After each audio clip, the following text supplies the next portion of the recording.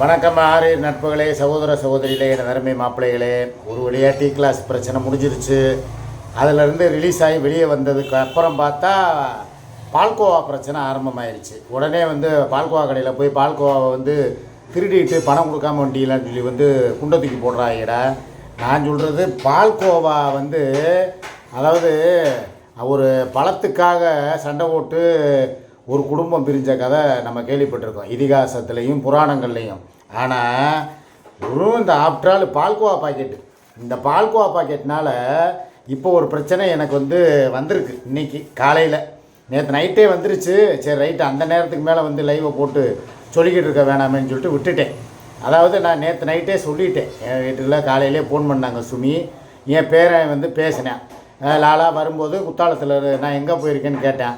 நான் office work விஷயமாக குற்றாலம் போயிருக்கேன்டா, வரும்போது உனக்கு என்ன வேணுன்னு கேட்டேன். அப்போ சுமி தான் போனை வாங்கி பால்கோவா பாக்கெட் வாங்கிட்டு வாங்கங்க. நம்ம முன்னாலையெல்லாம் குற்றாலம் போயிட்டு வரும்போது ஸ்ரீபுத்தூரில் நிப்பாட்டி பால்கோவா வாங்குவோம். அந்த யாபகம் எனக்கு வந்துருச்சு. என்னையே தான் கூட்டு போகல, எப்போ பார்த்தாலும் கூத்தியாவே கதின்னு சொல்லி அவள் கூட குற்றாலம் போயிட்டு வந்துட்டீங்க. கேட்டால் டீ கிளாஸ் பிரச்சனைக்காக போனோங்கிறீங்க. சரி, நானும் அதை பார்த்தேன். இந்த தந்தி நியூஸு அது இதெல்லாம் போட்டிருப்பாங்க போல் பார்த்தேன். சரி ரைட்டு, ஓகே. அதனால் நீங்கள் பொய் சொல்லலை, உண்மையிலே குற்றாலம் தான் போயிட்டு வந்திருக்கீங்க. டீ கிளாஸ் விஷயத்தை முடிச்சுட்டு வந்துட்டீங்கிறீங்க. எங்களுக்கு வரும்போது பால்கோவா வாங்கிட்டு வாங்க அப்படின்னு தான் சொன்னாங்க. இதில் என்ன தப்பு இருக்குது? ஒரு சாதாரண விஷயம், பால்கோவா பாக்கெட்டு. இவ்வளோத்துக்கு 5 பாக்கெட்டு பால்கோவா வாங்கிட்டு வந்தேன்.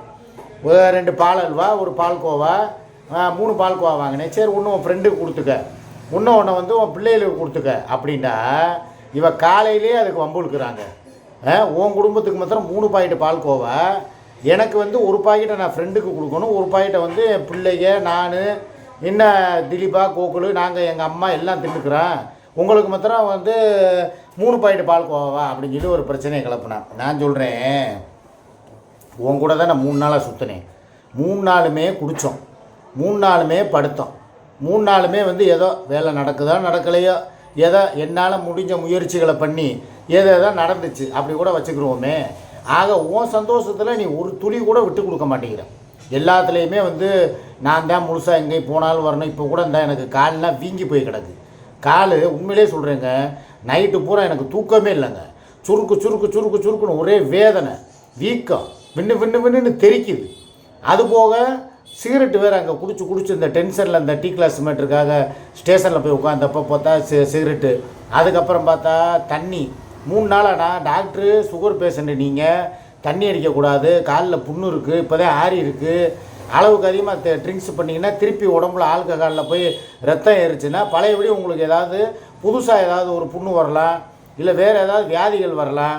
குறைச்சிக்கங்க. அன்வான்டாக சிகரெட்டு குடிக்காதீங்க, அன்லிமிட்டடாக தண்ணி அடிக்காதீங்க. ஏகப்பட்ட விஷயத்தை நீங்கள் திருத்தணும். இன்னும் உங்களுக்கு வயசு வாலிப வயசு கிடையாது, வயசு போய்கிட்டு இருக்கு உங்களுக்கும். ஏன்னா என் ஃபேமிலியை பூரா அவருக்கு நல்லா தெரியும். உங்களுக்கும் பொண்டாட்டி, கட்டின பொண்டாட்டி இருக்காங்க, இன்னொரு பையனுக்கு கல்யாணம் முடிய வேண்டியது இருக்குது, சின்ன பேரே இருக்கேன். எல்லோரும் இந்த நேரத்தில் ஒரு குடும்பத்துக்காக வாழணும். நீங்கள் என்னடானா கூத்தியாக்காக வாழ்கிறீங்க. சரி ரைட்டு, உங்களுடைய இது என்னான்னு கேட்டால் நாங்கள் 2 பேர் செலிப்ரிட்டிங்கிறீங்க வைக்கிறீங்க, அதெல்லாம் ரைட்டு விடுங்க. ஏதோ உங்களுக்கு தொழில் அது, அதனால் 4 இடத்துக்கு போகிறீங்க, வீடியோ போடுறீங்க, விழாக்கு எடுக்கிறீங்க, டூர் சுற்றுறீங்க. அதே நேரம் குடும்பத்தையும் பாருங்கள். 24 மணி நேரமும் நீங்கள் இப்படியே இருந்தீங்கன்னா உங்கள் உடம்பையும் கெடுத்துக்கிறீங்க. அந்த அம்மாவுக்கு ஒரு பிரச்சனையும் கிடையாது.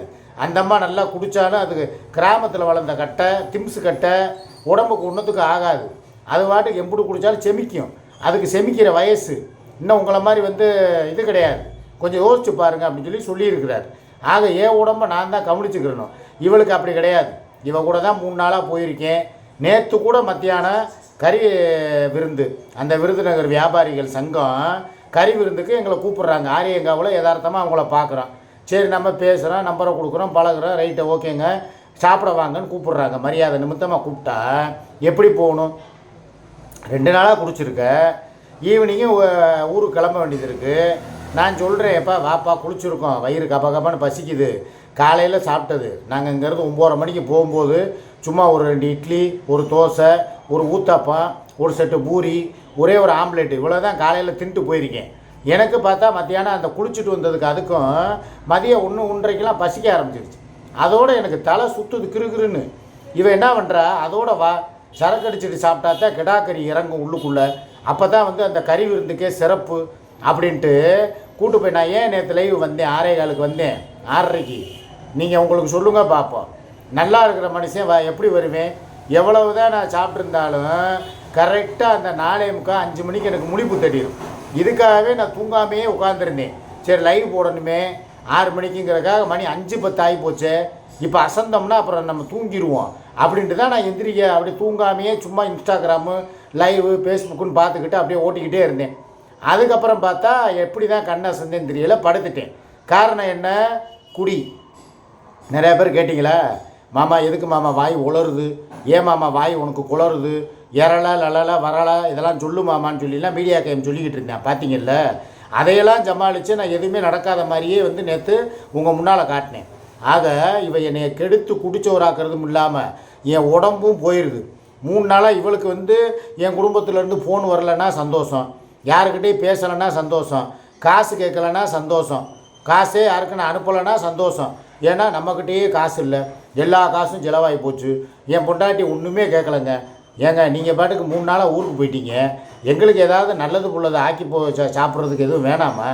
நீங்கள் பாட்டுக்கு போயிட்டீங்க, பையன்பேர்லேருந்து ஒரு 500,000 போட்டு கொடுங்க அப்படின்னு சொல்லி கெஞ்சிரா கெதறா. நானும் பார்க்குறேன், நான் அவள் ஃபோன் வர்றப்போ பூரா இவள் காதை கழட்டி என் ஃபோனில் வச்சிட்றா சூர்யாங்கிறவன். என்ன அப்படின்னு சொல்லி பக்கத்தில் விட்டு கேட்டுட்டு அப்புறம் வரும்போது தானே மீன் வாங்கி கொடுத்துட்டு வந்தேன். எப்போ? 1 வாரத்துக்கு முன்னால் மீன் வாங்கி கொடுத்துட்டு வந்ததை நேற்று சொல்கிறா. என் வீட்டில் 1000 ரூபா பணம் கேட்ட உடனே எதுக்கு உன் குடும்பத்துக்கு இப்போ 1000 ரூபா பணம்? வரும்போது தானே மீன் வாங்கி கொடுத்துட்டு வந்த, நம்மளே காசு இல்லாமல் பிச்சை எடுத்துக்கிட்டு இருக்கோம், இதில் உன் குடும்பத்துக்கு இப்போ 1000 ரூபா ஒரு கேடானா நீ திங்காமல் இருக்கிய? நாள் பிலால் கடையில் போய் அந்த பார்டர் கடை, கேரளா பார்டரு ரகுமத்து புரோட்டா கடை கிட்ட இருக்கிற கடையில் போய் சிக்கனு, காடை, கவுதாரி, இன்னும் இடியாப்பம், சிக்கன் இடியாப்பம், கோதுமை புரோட்டா வளைச்சி ஏதோ இதை தின்ன மாதிரி தின்னியில். அதுக்கு நாள் அப்படித்தான் சரக்கு அடிக்கும்போது பூரா 550 ரூபா 650 ரூபாய்க்கு. அதுக்கு நாள் அப்படித்தான் சிக்கனு, காடை என்னென்ன இருக்குதோ எல்லாத்தையும் இவ திங்கிறா. 3 நாள் அவள் நான்வெஜ் திங்காமல் இருந்தாளா? நல்லா யோசிச்சு பாருங்கள். நேற்று கிடா விருந்து, அந்த விருந்தினர்கள் வியாபாரிகள் சங்கத்தில் இருந்து. அதுக்கு நாள் நைட்டு சரக்கு அடிச்சுட்டு லைவ் வரல. உங்களுக்கே தெரியும் 9 to 10 2 லைவுமே வரல. அதே மாதிரி அதுக்கு நாள் நைட்டு லைவ் வரல. லைவ் வரலனாலே நீங்கள் புரிஞ்சுக்கிறணும், அன்னைக்கு படம் ஓடி இருக்கு, அன்னைக்கு ஆலோசனை கூட்டம் நடந்திருக்கு, அன்னைக்கு நல்ல புல் மப்புல மட்டையாக இருப்பாங்க, நீங்களே கணிச்சிருப்பீங்க, நல்லா பார்த்துக்கோங்க. ஆக இவ விஷயத்தில் எப்பயுமே 3 நாள் நம்ம நான்வெஜ் மட்டனு சிக்கனாக திங்கிறா. அதே என் குடும்பத்துக்கு ஒரு 1000 ரூபா பணம் போட்டு சரி ஏதோ வாங்கி சாப்பிட்டுக்கிறட்டும்னு சொல்லி போனால் என்ன? அதுலேயும் இவளுக்கு இப்போ நான் ஒரே ஒரு முடிவு எடுத்திருக்கேங்க, இவளை திருத்தணும். இவள் இப்படியே தான் இனிமேல் அடுத்து என்ன பண்ணுவா, இன்னும் ஒரு 2 நாள் கழித்து தாராபுரம் போகணும்பா. இன்றைக்கி புதனை, ஒரு சனிக்கிழமை போல் தாராபுரம் போகணும்பா. இப்போ அடுத்து என்ன சொல்கிறா, இந்த டீ கிளாஸ் பிரச்சனை முடிஞ்சிருச்சுல, நான் ஒரு நேர்த்தி கடை வச்சுருந்தேன் கணக்கம்பட்டி சித்தரையா கோயிலுக்கு, அதனால் தாராபுரம் போய் சனிக்கிழமை பிள்ளைகளை பார்த்துட்டு ஞாயிற்றுக்கிழமை அப்படியே கணக்கம்பட்டிக்கு அரிசி ஏதோ வேண்டுதல் வச்சுருக்கா போல் நேர்த்தி கடை, அதையும் நம்ம நிறைவேற்றிட்டு வருவோம் அப்படின்னு சொல்லி இப்போ நேற்று நைட்டே பிட்டை போட்டான், வாங்க போயிட்டு வருவோம் அப்படின்னு சொல்லிட்டு. ஆக என்னை ஒரு மனுஷனாகவே மதிக்கலை. நான் என்ன எந்திரன் ரோபோவா, இல்லை சிட்டி 2.0வா, இல்லை சிக்கா 2.0வா? என்னையை வச்சு தான் இவன் எல்லாமே. அதாவதுங்க, ஒரு மனுஷனுக்கு முடிஞ்சால் எல்லாம் செய்யலாம், உடனே வந்துடுவாங்க. இப்போ ஏன்டா டேய், கூட்டு போகிறதே நீ தான், அப்புறம் எல்லாம் வாங்கி கொடுக்குறதும் நீ தான், சரக்குன்னா அவளாவா போய் வாங்கிட்டு இருப்ப, நீ தான் வாங்கி கொடுத்துருப்ப, இல்லை உன் காசில் வாங்கி கொடுத்துருப்ப, இல்லைன்னா அவள் காசில் வாங்கியிருப்ப. குடிக்க கூப்பிட்டா அவள் தான் மூத்திரம் குடிக்கிற மாதிரி குடிப்பான்னா நீ எதுக்குடா கூட உட்காந்து குடிக்கிற?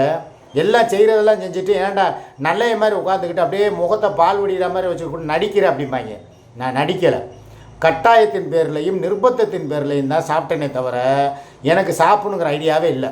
நேற்று மத்தியானம் கூட வெறு வயிற்றுலங்க 1:30 மணி காலையில் சாப்பிட்ட டிஃபன் போக அந்த 1:30 மணிக்கு வெறு வயிற்றில் குடிச்சிட்டு போய் சாப்பிட உட்காந்தா எப்படி இருக்கும்? கொஞ்சம் வயிறுலாம் கப்பன்னு எரிஞ்சு நேற்று நைட்டு பூரா ஏவுன்னு ஏப்போம். நான் இல்லை வந்தாவது ஒரு லைவ் போட்டுடலான்னு தான் பார்த்தேன். எனக்கு அஜீரண கோளாறு திருப்பி ஆகிப்போச்சு. திருப்பி பார்த்தா வயிறுலாம் வலிக்க ஆரம்பிச்சிருச்சு. 3 நாளாக தொடர்ந்து குடித்தா எனத்துக்காக உடம்பு.